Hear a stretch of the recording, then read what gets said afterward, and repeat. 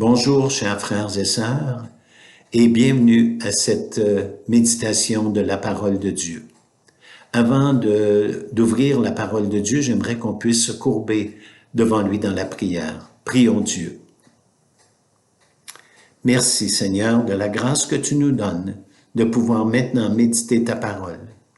Ma prière, c'est que tu puisses nous instruire, que tu puisses nous donner, Seigneur Dieu, de ne pas être de ces auditeurs oublieux, mais que par la méditation de ta parole, nous soyons rendus capables de faire ce qui est agréable à tes yeux.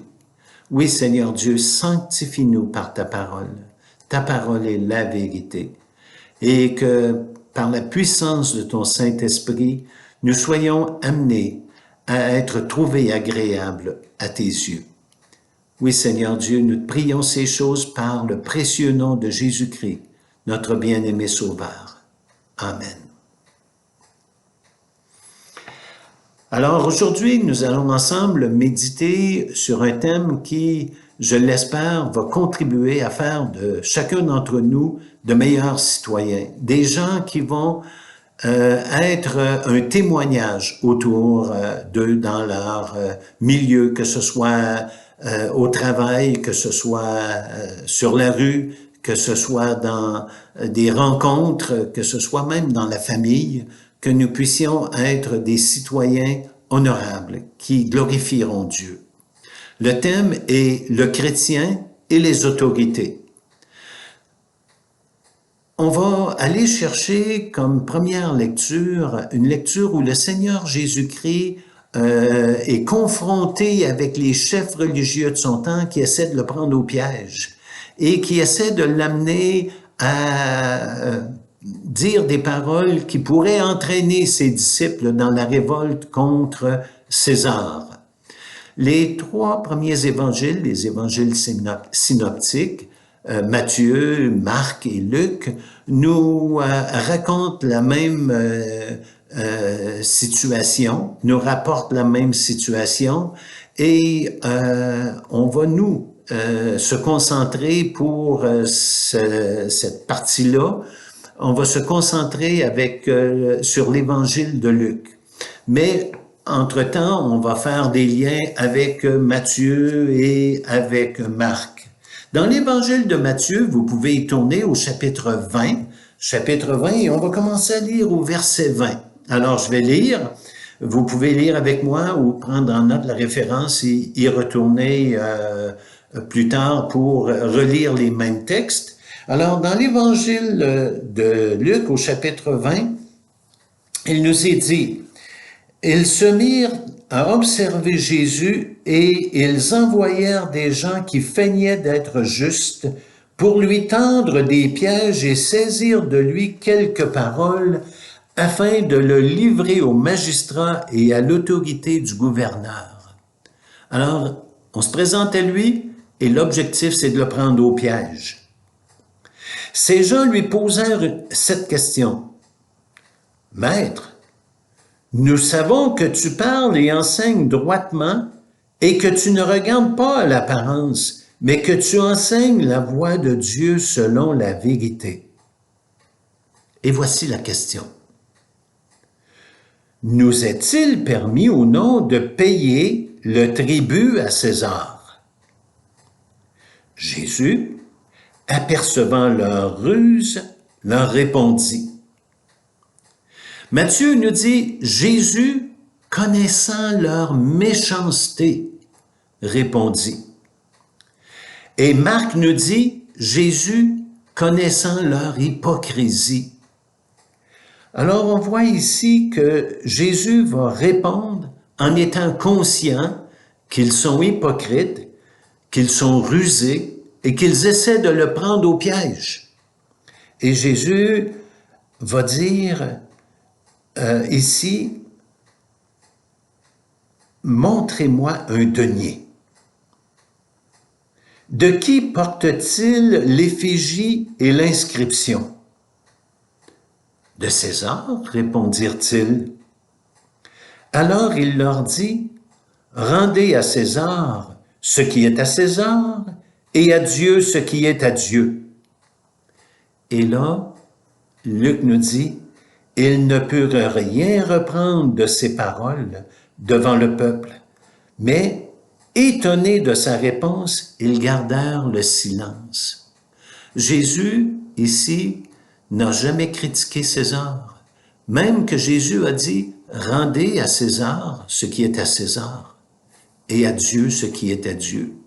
En d'autres mots, on pourrait aussi dire, Jésus a dit, ne mêlez pas la politique avec la religion, ne mêlez pas les affaires terrestres avec les affaires célestes. Jésus n'a pas critiqué l'autorité de César. Pourtant, dans le chapitre 23, et c'est pour ça que j'ai choisi l'évangile de Luc, dans l'évangile de Luc au chapitre 23 et au verset 2, on peut y tourner. Jésus ici est livré à Pilate. Et ils se mirent à l'accuser devant Pilate en disant, et vous allez voir, il manquait pas de culot d'aller l'accuser comme cela.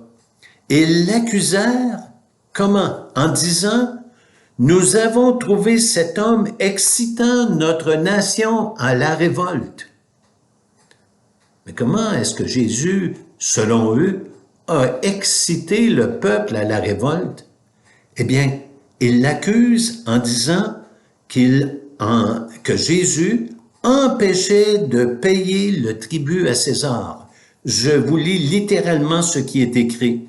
Nous avons trouvé cet homme excitant notre nation à la révolte, empêchant de payer le tribut à César. Pourtant, Jésus a dit, rendez à César ce qui est à César et à Dieu ce qui est à Dieu. Et Jésus n'a jamais parlé contre César. Fausse accusation, ruse, fausse accusation, hypocrisie. Le peuple a essayé d'entraîner Jésus dans le péché et ils n'ont pas réussi. Et ici, ils l'accusent d'être contre César.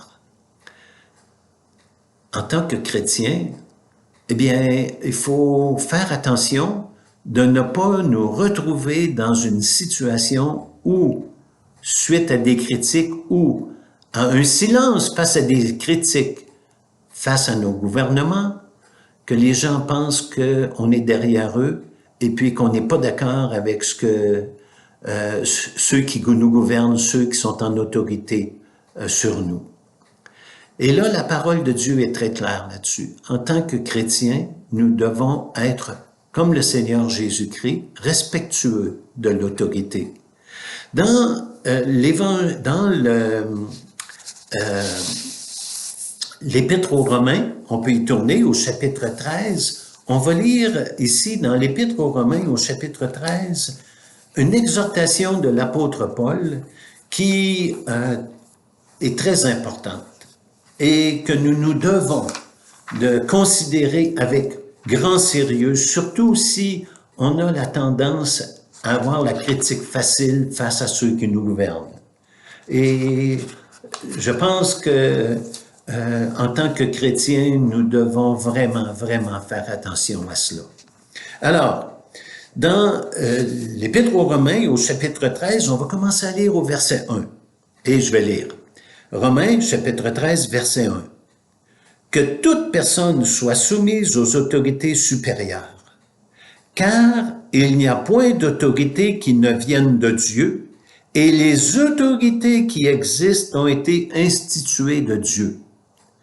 Donc, ici, ce que l'apôtre Paul nous dit, inspiré par le Saint-Esprit, inspiré par Dieu lui-même, il nous dit, il n'y a point d'autorité qui ne vienne de Dieu et les autorités qui existent ont été instituées de Dieu. Les autorités qui nous gouvernent maintenant sont là parce que Dieu les a placées là. Et ça, c'est important que nous acceptions cette vérité de la parole de Dieu. Dieu est au contrôle.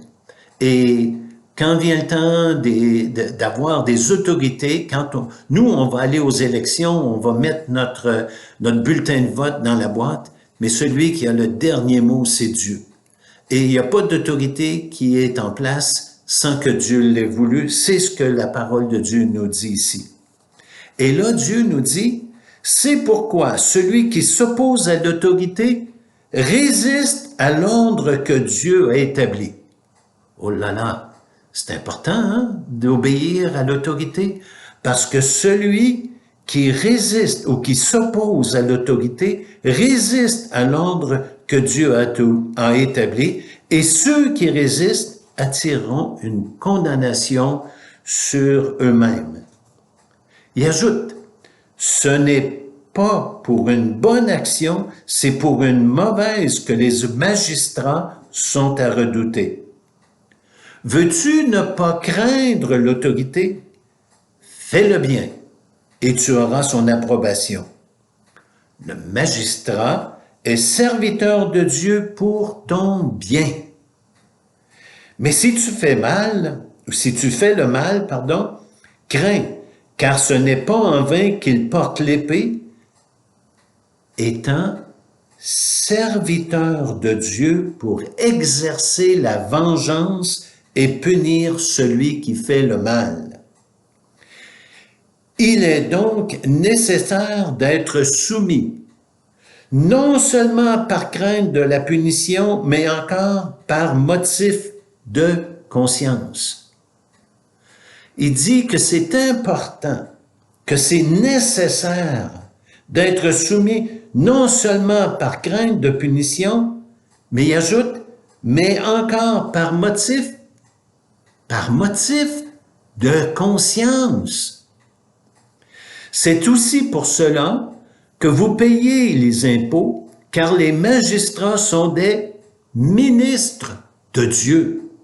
Les magistrats sont des ministres de Dieu entièrement appliqués à cette fonction.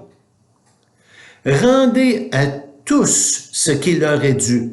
L'impôt à qui vous devez l'impôt, le tribut à qui vous devez le tribut, la crainte à qui vous devez la crainte et l'honneur à qui vous devez l'honneur. Et là, il dit que c'est une question de conscience. Une question de conscience. On va tourner dans l'épître première épître à Timothée, et vous allez voir que le mot conscience revient dans le contexte du premier épître à Timothée, le chapitre 1. Première épître à Timothée, chapitre 1. On peut y tourner. Alors, dans le premier épître à Timothée, au chapitre 1, et là, on va commencer à lire au verset 18.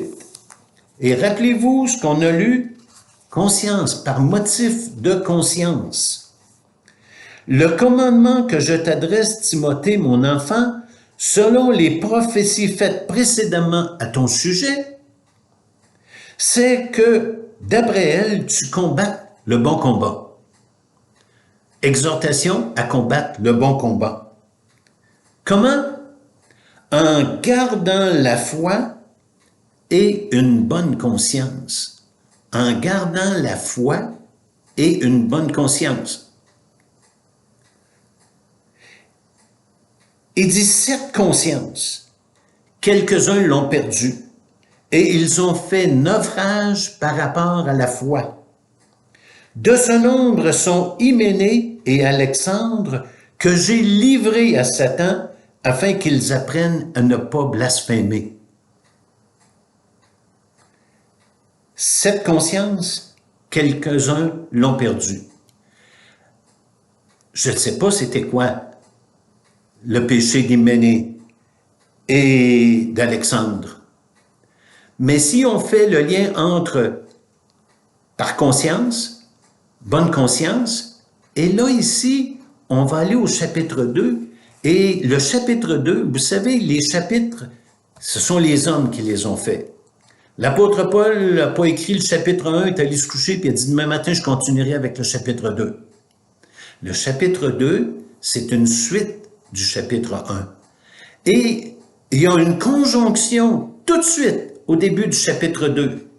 Donc, une conjonction Et une conjonction, eh bien, ici, on va reprendre et on va aller voir ce que l'apôtre Paul a pu dire.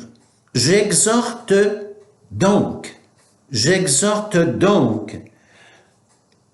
la conséquence de ce que je viens de vous dire. J'exhorte donc la conclusion de ce qui précède. Donc, j'exhorte donc, avant toute chose, à faire des prières, des supplications, des requêtes, des actions de grâce pour tous les hommes.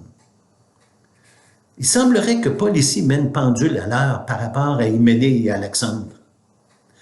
Et il avertit Timothée. J'exhorte donc, avant toute chose, à faire des prières, des supplications, des requêtes, des actions de grâce pour tous les hommes. Et regardez la suite. Pour les rois. Et pour tous ceux qui sont élevés en dignité, afin que nous menions une vie paisible et tranquille en toute piété et honnêteté. Est-ce qu'il n'y aurait pas un lien entre la conscience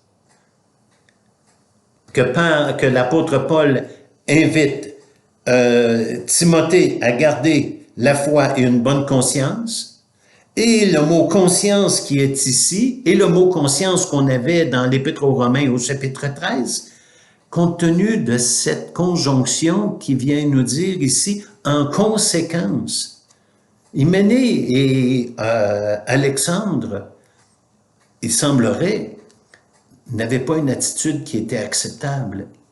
Et en conséquence, regarde Timothée, je t'exhorte avant toute chose à faire des prières, des supplications, des requêtes, des actions de grâce pour tous les hommes, pour les rois, pour tous ceux qui sont élevés en dignité, afin que nous menions une vie paisible et tranquille en toute piété. Cela est bon et agréable devant Dieu, notre Sauveur, qui veut que tous les hommes soient sauvés et parviennent à la connaissance de la vérité. Quand est-ce que j'ai prié la dernière fois pour M. Trudeau? Quand est-ce que j'ai prié la dernière fois pour M. Legault? Quand est-ce que j'ai prié pour le maire de ma municipalité? Quand est-ce que je prie pour ceux qui me dirigent, que ce soit mes patrons, que ce soit ceux qui me dirigent aussi dans l'Église? Quand est-ce que je prie pour ceux qui dirigent? Ils ont besoin de nos prières, c'est ce que l'apôtre Paul dit. Mais en ce qui concerne les rois, les premiers ministres, que ce soit aussi envers ceux qui dirigent nos municipalités, il nous dit que cela est la raison pour cela, c'est afin que nous menions une vie paisible et tranquille en toute piété et honnêteté. On veut vivre une vie en toute tranquillité, dans la paix, dans la piété, dans l'honnêteté. Soyons soumis aux autorités que Dieu a mis sur nous. Et ce que je trouve intéressant, c'est que si vous tournez avec moi, on va tourner dans Jérémie au chapitre 29.